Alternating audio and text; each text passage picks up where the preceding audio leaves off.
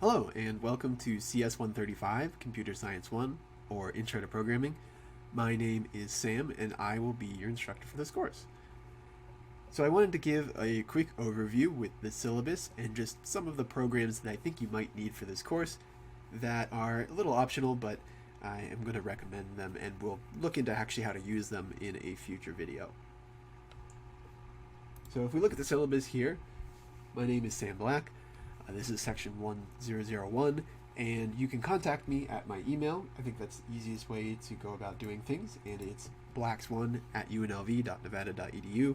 I also have another email that's samuel.black@unlv.edu, but please try to email this one instead because it's usually easier for me to check. The purpose of this course is to teach some basic programming skills in C++ specifically, so that includes the structure of the language, the syntax, so explaining how to actually do things, debugging, how to design your code, and how to just problem solve in general.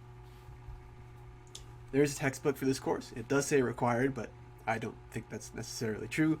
You can get away with not having the textbook if you want to use online a bit. But the textbook is C++ Programming by D.S. Malik. It's right here. You don't necessarily need the 8th edition like it says. The 7th edition is fine too. I'm sure the 6th edition as well. I know I have the 7th edition, and it's totally okay. And it does carry over to CS 202, which is the course that comes after this one. So if you really want to buy a textbook, I think it's about $20, and it might be helpful just as a reference for those two courses. If not, you can definitely try to search things up on the internet. That's totally fine. That's what I do a lot of the times. That being said, please don't actually take code from online. We do check for that. If you do that, that's considered cheating. We'll get into the academic dishonesty stuff in a little bit, but please don't copy code. You can go online to look up programming structures or explanations for how to solve a problem, but any using of code that you find online is not allowed, and that would be considered academic dishonesty. So please, if you decide not to use the textbook and you decide to search things up online, which is totally fine, use it as a reference, not as a way to just take code. Anyways, we have a quick schedule here that just explains all the topics that we're going to go over. We'll probably throw in a few extra here and there as well, as far as these go. So I'll just leave that for you to read over on your own time. This will be on Canvas as well, so if you go there, you will be able to see the syllabus as well if you want to review it at your own time. As far as grading goes, we have 50% of the grade is going to be assignments, so we're going to have roughly 10, I think, maybe a little bit more as far as that goes, and they will be programs, so you will submit a few programs via Canvas, and that'll be 50% of your grade, and then the remaining 50% will be 2 exams. So 25% for the midterm, and then 25% for a comprehensive final. As far as the actual grading scale goes, pretty standard. A is above a 90%, B is above a 80%, C is above a 70%, and so on. Now we have a grading criteria here. I tend to be a little bit more lax with this, but some of these I won't budge on too much. So late assignments, I won't take it unless we talk about it beforehand, or if it's just a few minutes and submissions going strangely or something like that, then send me an email or contact me on Canvas, and we can work that out. When you do program submissions, you'll submit it via Canvas, and you'll want to submit them either as a single .cpp file, which I think will be the case most of the time for this course. That's a source code for your C++ program. Or if you need multiple files, then you can do it via a .zip. So compress everything into a single file, either via zip or via a tar file, like it says there.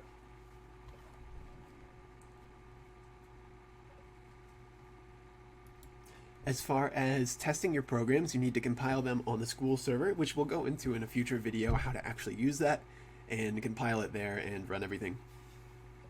The school server I recommend is sally.cs.unlv.edu. There's another one called Bobby, so bobby.cs.unlv.edu. It's okay to test there as well. I think for the most part they're the same, but try if you can, if it's still up, to compile all of your programs on Sally and then run them there just to test them.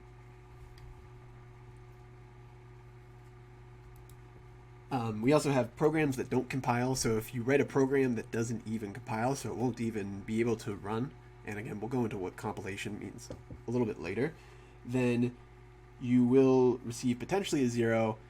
I, again, tend to be a little bit lax with my grading. If you have it most of the way written, then I might give you a few points, but it still wouldn't be above an F, if anything, if it doesn't compile, because you can't really test much without it being able to compile in the first place. So please try to get it to compile. We do check for cheating. So we use Stanford's Measure of Software Similarity, MOS program, which checks software similarity between two programs. It's pretty accurate. Even if you change variable names or, just try to change a little bit of the program or, just names, that kind of stuff, it will detect it. It's pretty good about it. So please don't cheat. And again, we do check things online, so please don't cheat. We will catch it 90% of the time. Actually, 90% is probably a little bit lowballing. We do catch it a vast majority of the time, so please do not cheat. You will either fail an assignment or fail the course if it's on multiple assignments. And on top of that, we have to fill out paperwork, and you have to fill out paperwork, so please don't do that for both of our sakes. We will catch it. And then last thing as far as grading goes, if the program generates an infinite loop, a seg fault, or anything else that causes a crash, then you will lose some points as well. This says 60 points. Again, I try to be a little bit more generous, maybe 20 to 40, depending on how bad the crash is.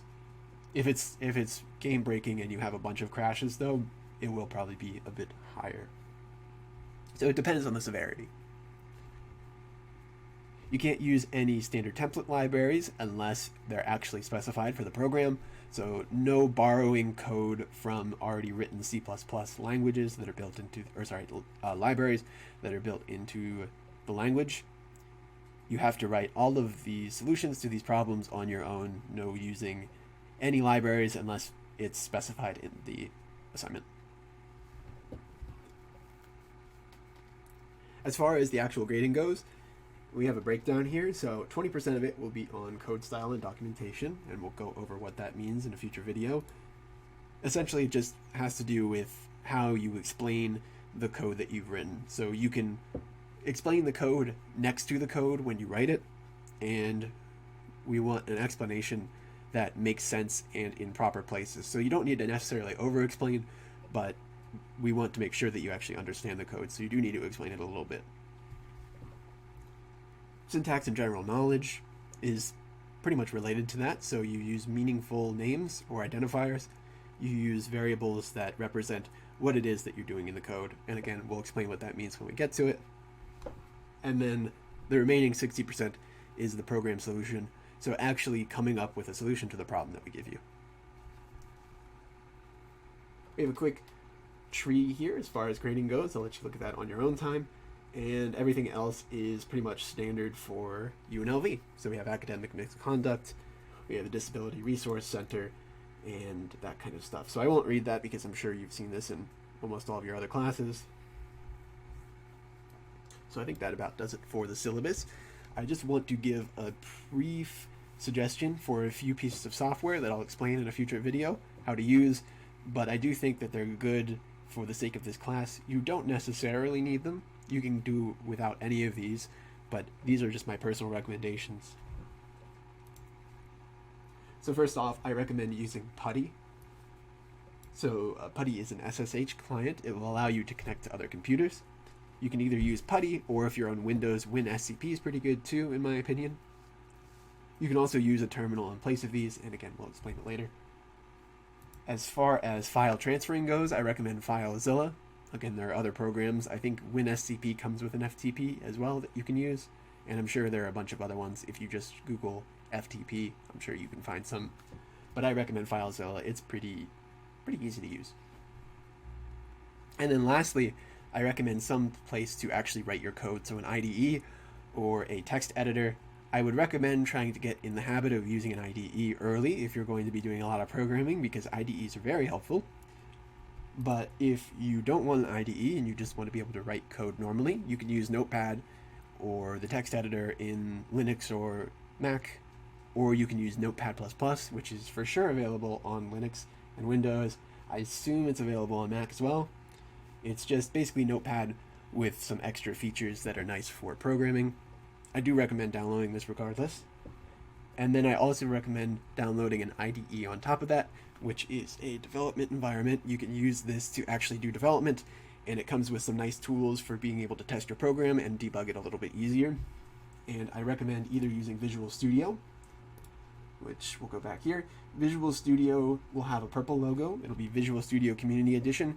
It's only available on Windows. If you try to download the Mac version, it's actually not for development of a bunch of different software. It's specifically for app development. So only get Visual Studio if you're on Windows. It is probably the best IDE out there just for multi-purpose. I would recommend this one if you have a Windows system. If you don't have Windows, then I would recommend Visual Studio Code. This runs on Windows, Mac, and Linux.